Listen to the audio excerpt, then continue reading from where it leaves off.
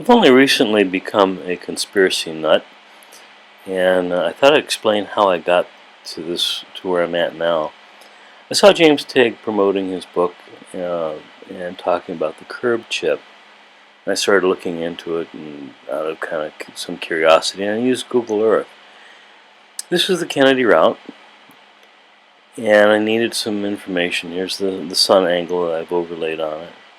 So using some resources from Don Roberdeau, hope I'm pronouncing that right, I overlaid his graphic on top of Dealey Plaza, and it gave me a great frame of reference for where things happened and where people were standing.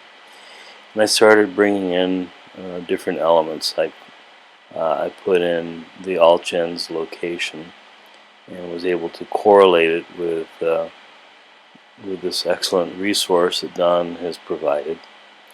And so using Google Earth then, we see Altgen's location, Zapruder's location, and Tina Towner's location. And then the curb chip down by the overpass.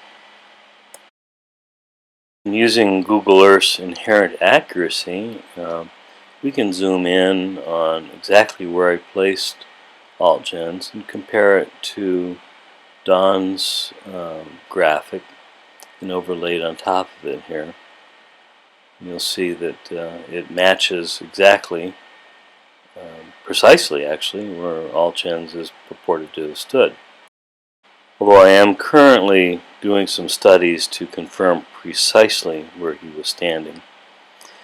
But Google Earth does a great job of allowing us to look at different perspectives and different viewpoints. Now this is a snapshot from the Zapruder location. Again, it's approximate with Google Earth. It's not precisely correct, but it's good enough to work with and get some frame of references. This is Ike Altgens' position.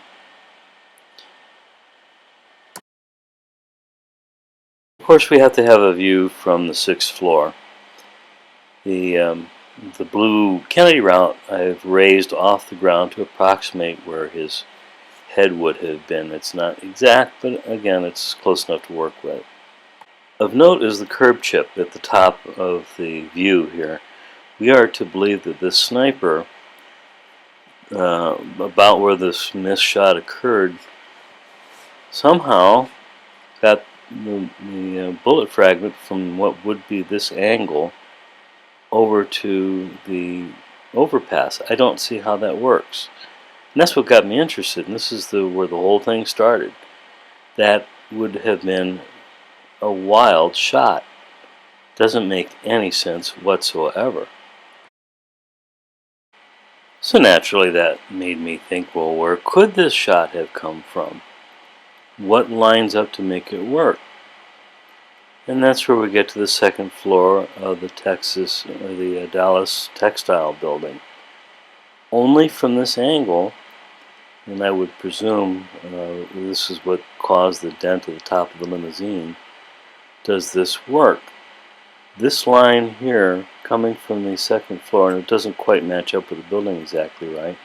It's a Google Earth 3D image that's provided by another source. But this is the only thing that makes any sense. And the moment I realized that that curb chip could not have originated from the 6th floor of the Texas School Book Depository, I became an official member of the Conspiracy Nut Group. And it's been a lot of fun and very interesting, and I've got more to come.